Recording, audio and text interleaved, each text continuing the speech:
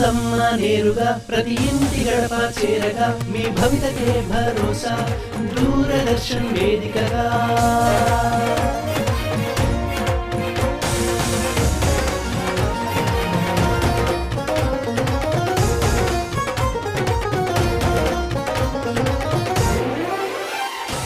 తెలంగాణ రాష్ట్ర ప్రభుత్వ సహకారాలే ఉండగా హాయిగా మన చదువులు షురు అదే డిజిటల్ గురు అదే digital Guru.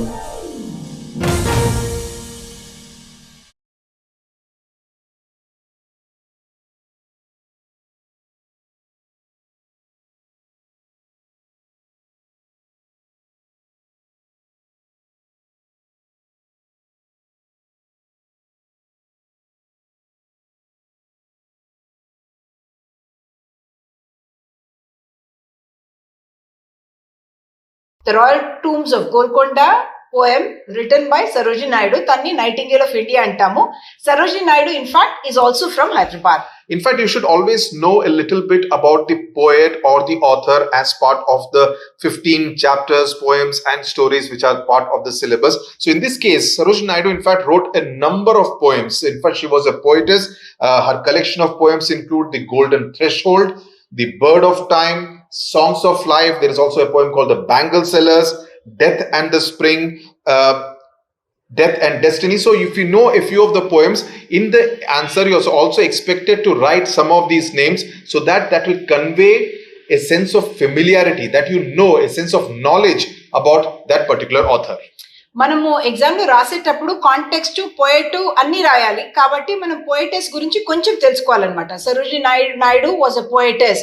She belong to Hyderabad. She wrote about culture and about history and about the landscape around her అని తెలుసుకొని ఇంకా ఒక్క లైన్ కూడా రాయాలి తను ఈ పోయమ్స్ రాశారు అని. ఇక్కడ మీకు టెక్స్ట్ బుక్ లో కూడా ఉంటుంది. The bird of time, the broken wing, the golden threshold అని 3 పేర్లు. మీరు అది గుర్తు పెట్టుకోండి, అది రాయాల్సి ఉంటారు. Sarojini Naidu is also written these 3 poems అని ఆ పేర్లు రాస్తే మనకి తన గురించి తెలుసు అన్నది ఎగ్జామినర్ కి తెలుస్తుంది అన్నమాట. And don't make spelling mistakes. So before we get to the poem, just a brief description about the poem, Uma.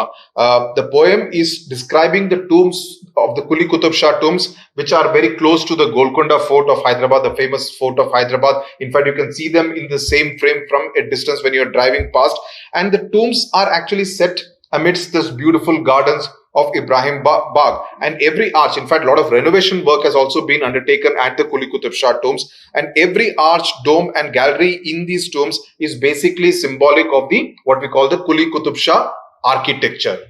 ఇది పోయం ఎట్లా రాయబడిందంటే సరోజిని నాయుడు గారు ఇక్కడ కులీ కుతుబ్ షా టూమ్స్ కి వెళ్తున్నారు. కులీ కుతుబ్ షా టూమ్స్ గోల్కొండ ఫోర్ట్ కి చాలా దగ్గర ఉంటాయి. కులీ కుతుబ్ షా అన్న వాళ్ళు రూలర్స్ ఆఫ్ హైదరాబాద్ గా ఉండే ఒక టైంలో అక్కడ 7 టూమ్స్ ఉన్నాయి. ఇవి ఈ ఒక్కొక్క టూమ్ చూస్తే దానికి ఆర్కిటెక్చరు, ఆ బ్యూటీ గురించి, దాంతో పాటు ఆ హిస్టరీ ఏముంది అన్నది ఈ టూమ్స్ లో వస్తుంది. మనం పోయంకి వెళ్లే ముందు ఒక చిన్న జిస్ట్ గా చెప్తాను దానిలో ఏముందని. 3 పారాగ్రాఫ్స్ ఉన్నాయి. చాలా సిమెట్రికల్ గా ఉంటుంది ఈ పోయము. దానిలో పాఠం చూస్తే మీరు ఫస్ట్ పారాగ్రాఫ్ లో ఆ ఏరియా గురించి డిస్క్రిప్షన్ ఉంటుంది. ఆ కులీ కుతుబ్ షా గార్డెన్, ఇబ్రాహిం బాగ్ అని చెప్పారు కదా, గార్డెన్ లో సెట్ అయిన ఈ టూమ్స్ అంటే సమాధులు, ఆ డిస్క్రిప్షన్ ఉంటుంది. సెకండ్, అక్కడ బరీ చేయబడిన కింగ్స్ గురించి ఉంటుంది. వాళ్ళ బ్రేవరీ ఎంత ఉంది, వాళ్ళ కరేజ్ ఎంత ఉంది అన్నది గురించి ఉంటుంది. థర్డ్, క్వీన్స్ గురించి, అక్కడ ఉన్న క్వీన్స్ ఉన్న లాఫ్టర్, వాళ్ళ లైవ్లీనెస్, బ్యూటీ, దాని గురించి ఉంటుంది అనమాట. Okay, so let's get started with the poem. We are also putting the poem on the screen so that you can look at it, but it will also help if you have the book with you so that you can also mark the keywords. Also, it will help you to take down the notes as Uma and I speak. I muse among the silent fanes. Muse అంటే ఇక్కడ deep గా ఆలోచించడం, లోతుగా ఆలోచించడం. Silent fans, silent అంటే చాలా అక్కడ peaceful గా ఉంటుంది, సైలెంట్ గా ఉంటుంది. ఫేన్స్ అన్నది ఏంటంటే ఒక సేక్రెడ్ ప్లేస్. ఎప్పుడు వీళ్ళకు ఎక్కడ బెరీ చేస్తారో అక్కడ వెళ్ళి ప్రేయర్స్ కూడా చేస్తారు కాబట్టి అది చాలా పీస్ఫుల్ ప్లేస్. అంటే అక్కడ వెళ్ళి ఆలోచిస్తున్నాను అని. Whose space your dust as in, because once you die you finally become part of the earth, you become turned into dust over a period of time. So that's the kind of word used in order to convey what happens to all human beings, to everyone after they are. అంటే చాలా విశాలమైన ఒక చోట darkness ఉంది అక్కడ, అంటే చాలా విశాలమైన డార్క్ చోటలో, ఆ చోటలో మీ కథ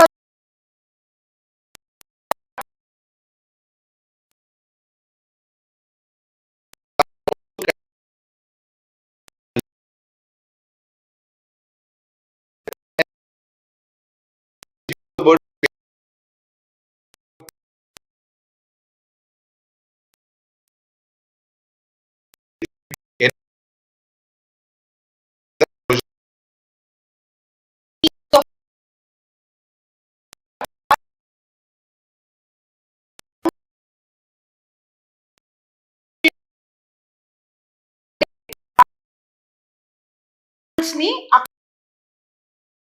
అప్పుడు జరిగిన దాచిపడ ఉన్నాయి. I pause my dream across unquiet tides. I pause అంటే నేను అక్కడ నిలబడి కొంచెం సేపు ఆలోచించాను. అప్పుడు ఏమైంది? The winds unquiet tides. Wind అంటేనే గాలి, దానికి ఒక సౌండ్ ఉంటుంది.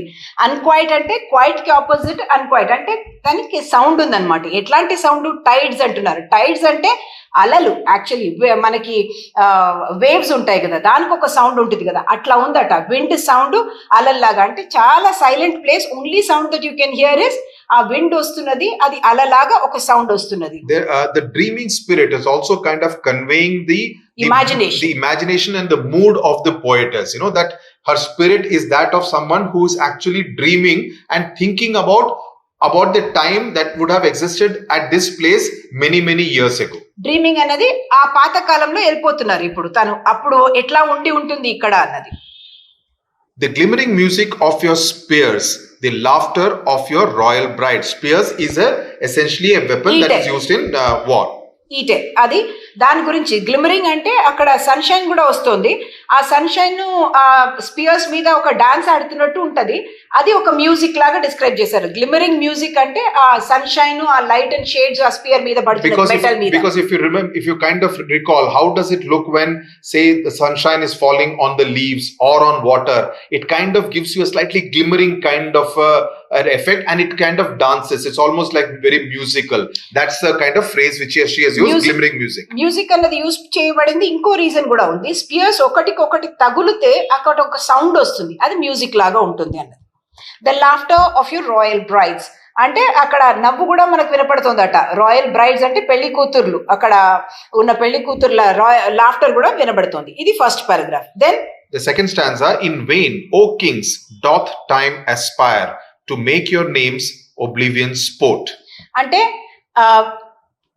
టైం అన్నది పాత జరిగిన విషయాలన్నిటినీ దాచే ఒక ప్రయత్నం చేస్తుందట. ఇన్ వెయిన్ అంటే అది సక్సీడ్ కాలేదు. ఇన్ వెయిన్ అంటే సక్సీడ్ కాలేదు. డత్ టైమ్ అస్పైర్ అంటే దానికి టైంకి అవన్నీ దాచాలి అని మనసులో ఒకటి ఉందట. To make your names oblivion sport అంటే మీ పేరంతా అట్లా హిస్టరీలో మర్చిపోవాలి, అట్లాంటి ఒక స్పోర్ట్ ఆడుతున్నదట. While yonder hill wears like a tire the ruined grandeur of your fort. Yonder hill అంటే అక్కడ దూరం ఉన్న ఒక కొండ మీద ఒక గ్రాండియర్ గా, అంటే చాలా గ్రాండ్ గా ఉన్న ఒక కోట ఉందట. ఫోర్ట్ అంటే కోట. So that is standing there. అది చూస్తే మనకి పాతవన్నీ గుర్తొచ్చేస్తాయి అన్నది చెప్తున్నారు. So basically the hill which is seen in the distance still displays the grand remains of what was your very famous fort, which looks like a crown on the top of the hill.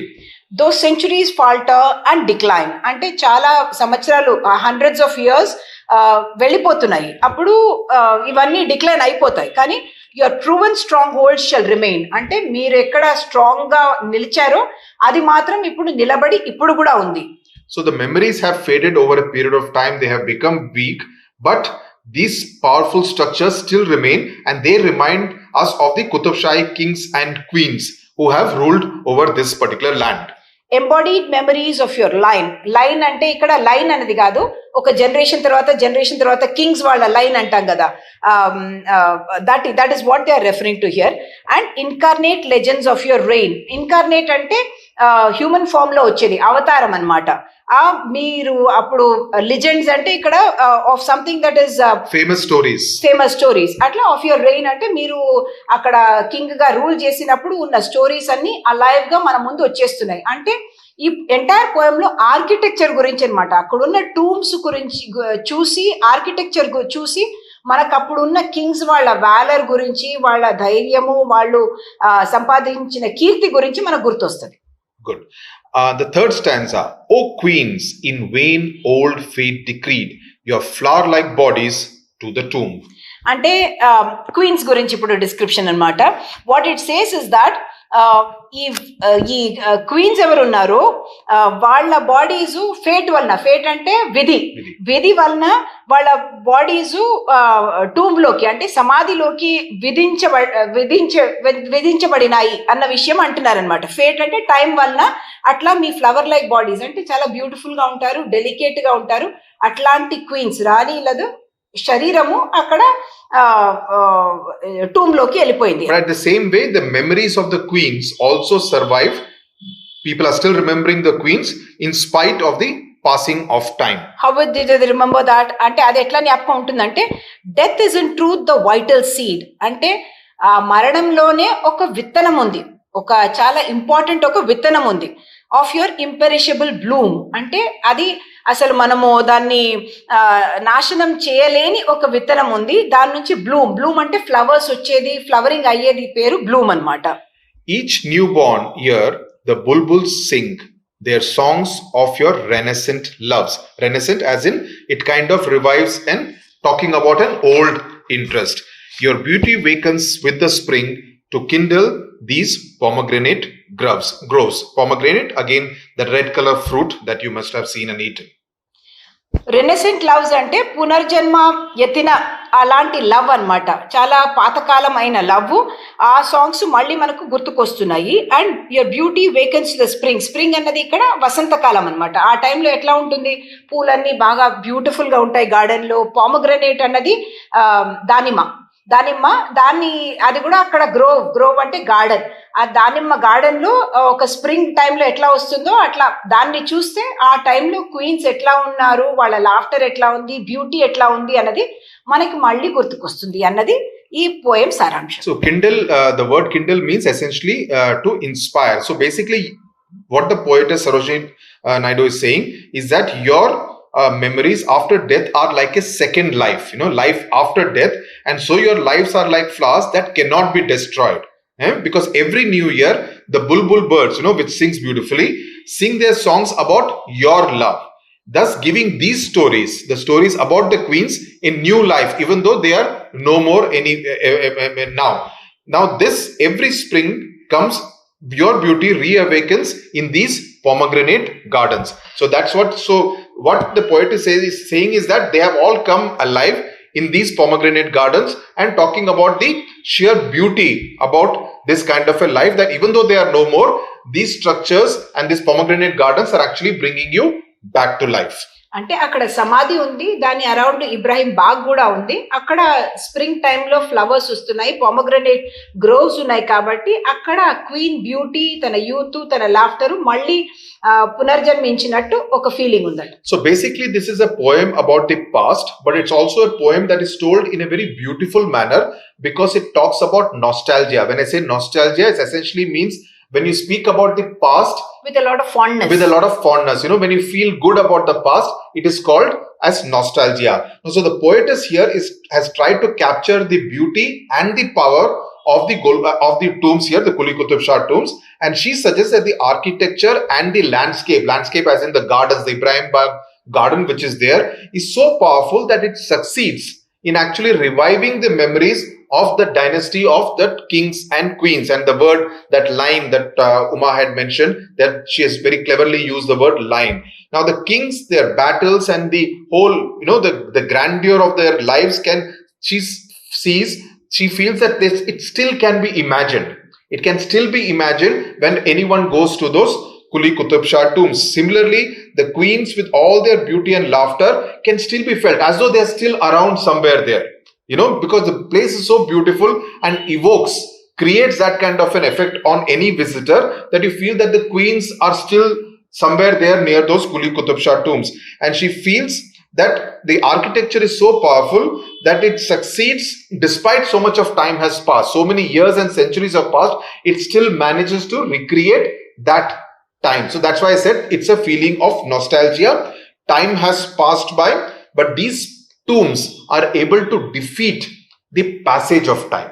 It's an important phrase. Please note it down, that these tombs are able to defeat the passage of time. So which is essentially the beauty and power of these Quli Qutub Shah tombs. అంటే ఈ poem లో essentially ఆ Quli Qutub Shah tombs beauty and power గురించి మాట్లాడారు. అక్కడ వెళ్ళినప్పుడు మనకు ఇన్ని సంవత్సరాలు సెంచురీస్ అయిపోయినాయి, అయినా మనకు అదే ఒక నాస్టాల్జియా మళ్ళీ గుర్తుకొస్తుంది. అప్పుడున్న కింగ్ ఎంత పవర్ఫుల్ గా ఉన్నాడు, వాళ్ళు ఎట్లాంటి బ్యాటిల్స్ వాళ్ళు విన్ చేశారు, విక్టరీ ఎట్లా వచ్చింది. దాని తర్వాత క్వీన్స్ కూడా బ్యూటిఫుల్ గా ఉన్నారు, వాళ్ళ లాఫ్టరు, వాళ్ళ వైబ్రెన్సీ ఆ టైంలో, దాని గురించి entirely description only through the tombs, only through the architecture. ఇవన్నీ మళ్ళీ జీవితానికి వచ్చినట్టు ఉంటుంది అన్నది ఆ పోయంలో ఒక మూడ్ అన్నమాట. Uma, I also notice a very interesting poetic device that Sarojini Naidu has used. A poetic device is, the basic devices that different poets use in order to make the poem look that much better. For instance, the word your, which is used right at the beginning, whose spacious darkness guards your dust, the second sentence. It's almost as though she's talking to the kings and the queens. Similarly, the glimmering music of your spears. So she could have used the word the, to make it almost like a third person. But by using the word your, she's it's almost like a conversation that is taking place between the poetess and the kings and queens whose tombs are there at the Quli Qutub Shah tombs. Actually, your అన్న word చాలా సార్లు వస్తున్నది.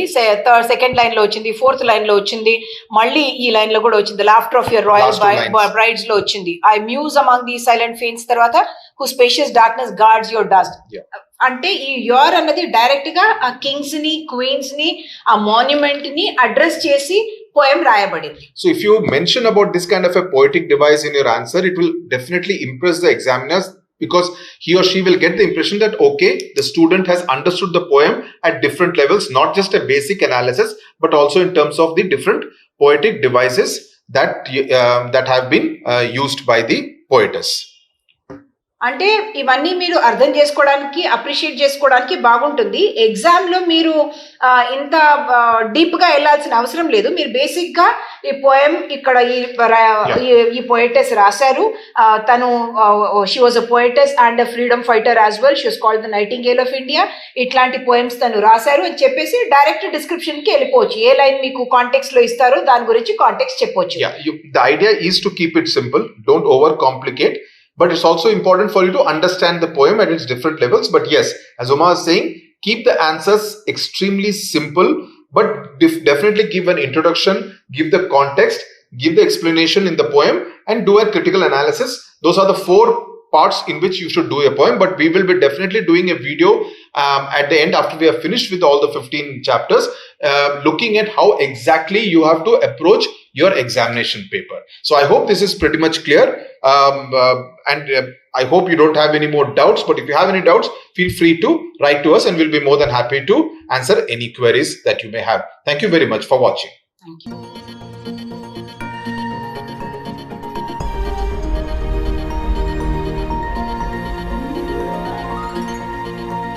ఆ చదువులమ్మ నేరుగా ప్రతి ఇంటి గడప చేరగా, మీ భవితకే భరోసా దూరదర్శన్ వేదికగా.